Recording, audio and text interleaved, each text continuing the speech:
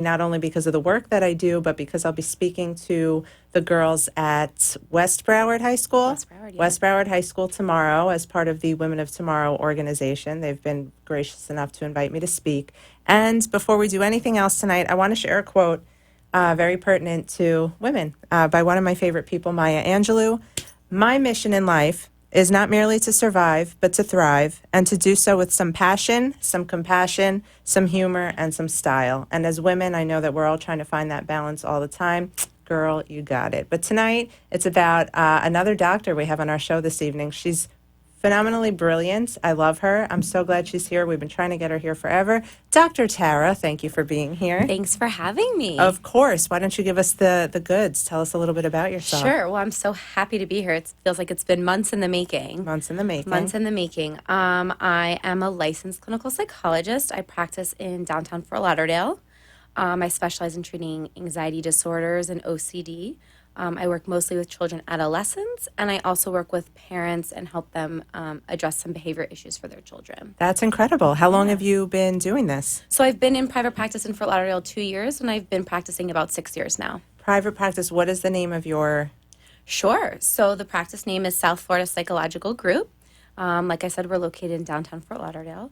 You can visit our website at sfpg.org. So that's sfpg.org, or shoot me an email at drzuckerman@sfpg.org. And this is, you know what, this is a great... I have a 2-year-old. Right. And she's starting to present these behaviors where you're like, I don't know, is this just 2-year-old behavior, or do I need to be worried? So I always find it fascinating to speak to people who work in your industry, because there's so much I don't know and there's so much we can learn. Mm-hmm. And I know that you are really passionate about working with children. Is that why you went into psychology to begin with? It is, yeah. I've always loved children. I've always loved, being with them, playing with them. I started as like camp counseling and all that Right. stuff.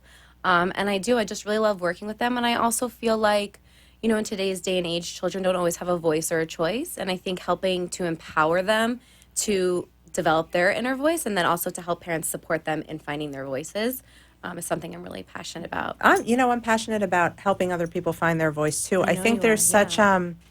like you said, in today's society, we're kind of bound to what's expected of us, or Yeah. what we think is the right thing to do. And for children, it's that much more intense because there's so many more rules, and your parents and your teachers. So I think that's incredible that you're helping the littlest of people become independent little creatures. Thank you. So tell me a little bit about what it's like, day to day. What ages of children are you seeing? Are you seeing them with their parents?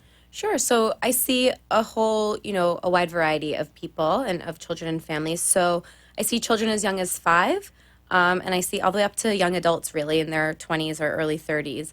The children who are elementary age, I tend to see with their parents, because a lot of times I need their parents' help to support kind of the interventions that I'm putting in place. Right. Or helping the parents put interventions in place in the home, or speaking with school staff, coaches, teachers, whoever can really help. A lot of times I'm working with, anxiety. Kids are afraid of things. They're either afraid of going to school, of, separating from a caregiver or parent, and that can be really difficult. A lot of times parents will come in and, I have to keep driving around carpool lane. How do I get them out of the car to go to school? It's really a problem. That reminds me of my own childhood. Mommy, if you're listening, thanks for being so patient. I had terrible separation anxiety. Yeah. Terrible. Like, I was 3 years old, and we had a home in Vermont, and she would drop me off at ski school, and they would have to page her on the mountain. Does that come from something, or is that just innate wiring? It depends. It's kind of that good old nature-nurture debate, right? So we see some children who it might, some anxiety might be passed down. And then we also see it where maybe it's a learned behavior, or, one time they were nervous or scared, and somehow, some way that behavior got reinforced. Like ski school called your mom, and she came to get you. And so you knew every time you wanted to leave ski school, what'd you have to do? Yeah. Right? So it's kind of hard, because it's hard to discern, really how it started or their origination, but we really address it the same way. Anxiety is something that fascinates me. I used to be in education. I was a teacher, and you can always pick out the children who were more anxious than others. And maybe I was more sensitive to it, being an anxious woman myself. I don't keep that a secret. You guys, we're very transparent here. But right. it's just amazing to me how, as I went through my teaching career, I would see it earlier and earlier. Do you feel that things like this are starting earlier? I do. And I think that, the internet's a great resource. I mean, we all Google everything. Right. But it can also be really impairing because I think children are having access to things to look up. Parents are, my child did X, Y, and Z, what are they afraid of or what are they doing? And so I think, I'm not blaming the internet, but I think that because we just have so much access to so many things now that we're seeing a lot of this stuff earlier and earlier. Oh, for sure. And I think parents are more aware too. They know oh, my child displayed XYZ behavior. Let me find out what it is. They're anxious, you know? Right. And speaking of the internet, Dr. Goldfinger was here, and she mentioned a little bit about how social media is really driving all of these negative feelings and behaviors and suicidal thoughts and eating disorders. That scares me because you and I are the same age. Right. I think we were in like 11th or 12th grade when we got like instant messenger. I don't even know if it was I think we might have been older. I don't know, maybe. I don't know, but I mean, what the worst happens is like you message someone, you got an instant message or it like popped up away like on message AOL or whatever. something. Right. But now, even as an adult woman, I scroll through Instagram sometimes and I'm like, I can't believe there's a teenage girl who's like 13 with 7 million followers who's taking pictures that like, I was 13 wearing leggings and a t-shirt. Like I didn't know from this. So it is very scary. And I think it's so important that you're there to put in place a sense of calm, I would assume. Yeah. And I also think that, I talk a lot with parents about like internet safety rules and just like general rules of thumb to teach their children. Tech is huge, right? We're all on our tech phones, iPads, whatever it may be. And I think also regulating that time is also really important because the less time that children have access to it, the less they can be influenced by it. Right.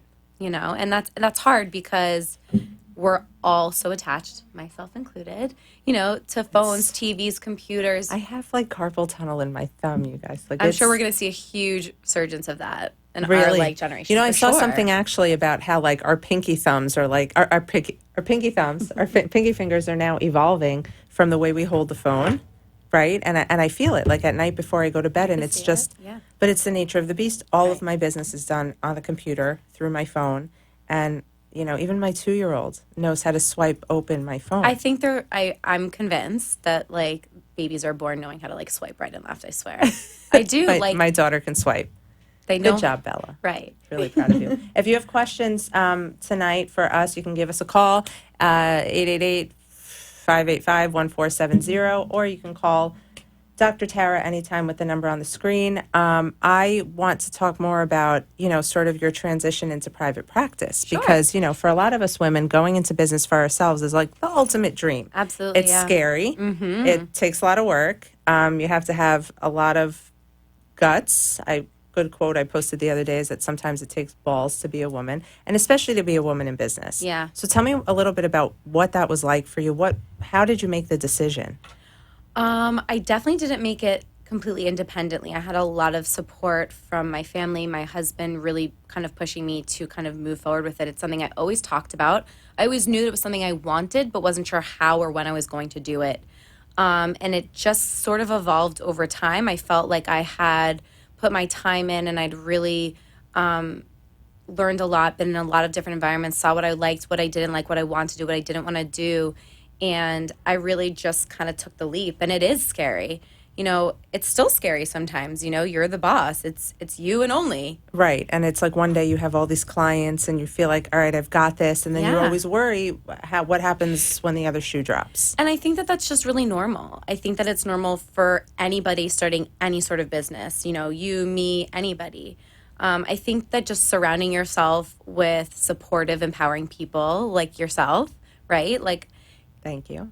I mean, you've been super supportive. But I think that just being clear about what it is that you want to do and being open to the learning curve in the process. Because as you know, with starting a business, things change and evolve over time. You have in your head, it's going to look like this. And I'm doing today what I definitely didn't. I just wanted to write things. I didn't realize you sort of start something, right? And you tap into all these other things that you're good at or that may go along with what you thought you wanted to do or maybe not. And yeah, for sure. A year ago, I just thought I'd continue writing blogs for people. I didn't realize I was going to turn into a full-service branding agency. Happy to Nice help. little plug. Yeah. But I also think like having mentors and support, both within the profession and outside. I think that, I've been really fortunate to find like-minded professionals in my field who are really supportive and who are really there and really are peer-to-peer consultants. And I think that that's so invaluable. Going back to the whole women's thing, International Yeah. Women's Day, like we met through networking. We did. You and I met at a Fem City event. We did. I don't remember which one. It was like 6 months, the hurricane. The hurricane one. It was the day before right. Hurricane, whatever. That didn't come. Hurricane Matthew that never came. Right, And I was thankfully. speaking and you were there. And you were, and I remember meeting you. And it's the stuff like that for me. And I know you feel the same way, that it's, it gives you the, not the sense of empowerment, but the courage. You see other women doing it. Absolutely. For me, I speak to other moms who are trying to find the balance. For you, it's probably other people trying to get clients, and I think that whole sisterhood we're so lucky to have. We really are. Hey, ProFems, shout out to you guys. If you guys didn't know, I've started my own female networking group. Love all the other ones I've been to. Started my own with my business partner, Melinda Grimaldi. You can learn more on profems.com. We're going to go to break in just a second. Tara, we're so happy you're here. Can you tell everybody one more time where they can find you? Sure, absolutely. You can give me a call at 954-406-1366, or you can visit my website, www.sfpg.org, or shoot me an email. You can find that on the website as well. I'd give you all my information, but I'm just going to tell you to look it up on michelledempsey.com. I have a content marketing and branding business. Happy to help you with anything you need in the way of words, ideas, or boosting your brand. We'll be back after the break. Thanks so much for joining us. Thank you for listening to Babes in Business. I am your number one babe in business, your host, Michelle Dempsey of Very Well Written, the business I founded to help other entrepreneurs get their businesses off the ground with great content, strategy, branding, social media, editing, and anything in the way of words. I've got you covered, www.michelledempsey.com, or you can call me at 305-469-7500. Don't forget to tune in every Tuesday night at 7 o'clock to join me and a fellow babe in business talk all things business. Can't wait to see you there. Are you feeling empowered to be a babe in business? Just when you thought you had all the secrets, I'm getting ready to share some more. We'll see you there on Babes in Business. We're back. Thanks for joining us again. I am your host, Michelle Dempsey. I'm here with Tara, the amazing doctor serving the Fort Lauderdale area, and I'm assuming other parts of South Florida as well. Yeah. So we talked a little bit before the break about your areas of expertise. You're working with children, primarily children with anxiety and OCD. Yes. What types of OCD behaviors are you seeing, by the way? Sure. So I think there's a big misconception that obsessive compulsive disorder is really just ritualized hand washing or cleanliness. Right. And there's really so many other symptoms. Obsessions can really be about anything. They can be intrusive or troublesome thoughts about characters that you just kind of can't get rid of the thoughts. It can be about, harm coming to a loved one. A lot of times we do see with children, kind of hygienic obsessions and doing things. And so there is some individuals with cleanliness-based obsessions and compulsions, but we really see it all. Wow. We really do, yeah. And at what age are you seeing that begin? I would say that I've seen and worked with families with children as young as 3 years old that are starting to display those symptoms. Yeah. Wow. Yeah. You really, that's incredible. So you're working obviously with children. You have to be working alongside their parents. Absolutely. Are the parents joining you in the sessions? How does that work? Sure. So that's a good question. A lot of parents ask me that. So it really depends on what we're working on. So if we're working on an intervention, a lot of times when a child's that young, I will have parents join in so they can see what I'm doing and then model it for them so that they know how to kind of follow up and further support it out at home. When children are older, sometimes I do direct just contact with them and then kind of provide mom and dads with support and updates as we go. Do you do any parent training? I do. I do a lot of parent training. I do parent training on the interventions themselves, on really just providing education and awareness on, what we're dealing with, how we're addressing it, how it might be manifesting, and giving moms and dads pointers too, because parenting an anxious child is really counterintuitive. So what I mean by that is mom coming to get you, and I'm just going to keep using that example, right, just kept telling you. Pull me out of ski school. Right, just kept telling you that it's okay. I can just call mom when I'm scared and I don't want to ski, right? And naturally, as a parent who loves their child, you just don't want Mom, them to if be you're scared. watching, don't be mad. Don't be mad. I was 3 at out of Stratton love, Mountain in right. Vermont. But it's really difficult for parents because it is so counterintuitive. So doing what feels most natural and comfortable to protect your child, to calm their fears, sometimes really is maintaining some of the fears. So I work a lot with parents on really kind of wrapping their minds around that and helping them to kind of shift their parenting paradigm and their approach, which is hard. That is very hard, but I like that, for me, parenting my daughter and trying to, every day you go to bed, you put your kid to bed and you're like, you have those days where you're like, wow, I'm such an amazing parent. And days where you're like, I am screwing it up and this poor little life is in my hands, because Right. she's constantly evolving. I'm constantly learning. So I think it's really great that, any parent can have you on their team. Of course. And of course, I would say to any person, you don't necessarily need to present certain behaviors to talk through your issues with Definitely somebody. not. Are you working with any adults? I do work with adults. Most of them come in with some form of stress or anxiety. I'm stressed. I'm anxious. Here we are. Let's do it. Yeah. I do. I work with adults also. Anxiety knows no age, no color, no gender. We're all impacted by it. And, I always say to people when it gets to a point where it's starting to kind of impacting your day to day or your functioning, like, reach out, go talk to somebody about it because anxiety can be extremely debilitating. And if you let it take over, things I can know. No, I get know. really difficult. So, Absolutely. Are there certain things that you see driving patterns with anxiety in adults? again, poor technology and the internet. I mean, it really just Really? it reassures people so much. Oh, I have, this red dot on my arm. Let me go look it up. And then it becomes like this repetitive ritualistic pattern of anytime there's something that I'm not sure what it is or it scares me, I can find an answer Wow. to it. I also think just the way society is structured, people like what Dr. Goldfinger had been talking about, like, social media and people seeing what other people's lives have become or are or aren't can induce, stress and anxiety. I'll tell you, it really is. I think about teenage girls who wasn't invited to the party or like who leaves a nasty I Right. can't even imagine what that must be like. We were so lucky to be spared. We were. We had enough issues as it was, at that time. It's true. And a lot of times kids and teenagers, adults too, they'll post something for the likes. How many people will like it? And they'll obsessively check it. Did I get a like? Did someone respond? Did that person like it?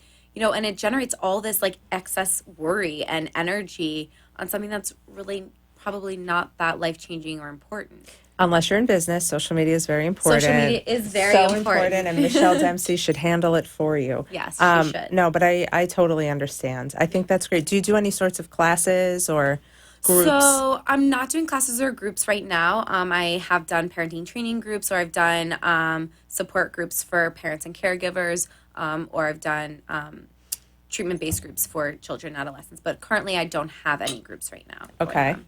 That's interesting. Maybe we should start one. Maybe. I love that. Do you do in-school observations? I do. I will go to the schools. I'll sit and observe the classroom. I'll work alongside teachers or support staff that are in the schools. You guys, she's amazing. Thank you. Anything to really help, right? So it's a wraparound. It's a team. It's not just me. You are a nurturer. You're like a full-blown, I want to help the world. I love that because I'm the same way. I get it from my mom. She wants to nurture and My take mom care of too. everybody. My mom's Yeah. worried about every single person on the planet all the time. Again, thank you, Mom. But that's a beautiful quality to have because it takes, I know from the type of students I used to teach, you're dealing with a lot and So much. there's a lot of stress and there's a lot of other people's problems that you're taking home with you. How do you unplug? I do. I disconnect. Everyone asks, how do you do it? And I think you just kind of learn. You learn what works for you. Exercise is huge for me. You're also a spinner. I'm also a Shout spinner. out to the spinners who come on my show. Yeah, we like to cycle it out. I do. As an adult, I got much Cycle more- Ward, right? Cycle Ward. Shout out Dr. to Cycle Ward, Jamie, Lisa. Dr. Goldfinger was on our show, and we found it a little ironic that the psychologists are at go to the go to the ward. Yeah. That's funny. It's I you know- gotta go. I'm gonna come there too, Yeah, you guys. you need to come.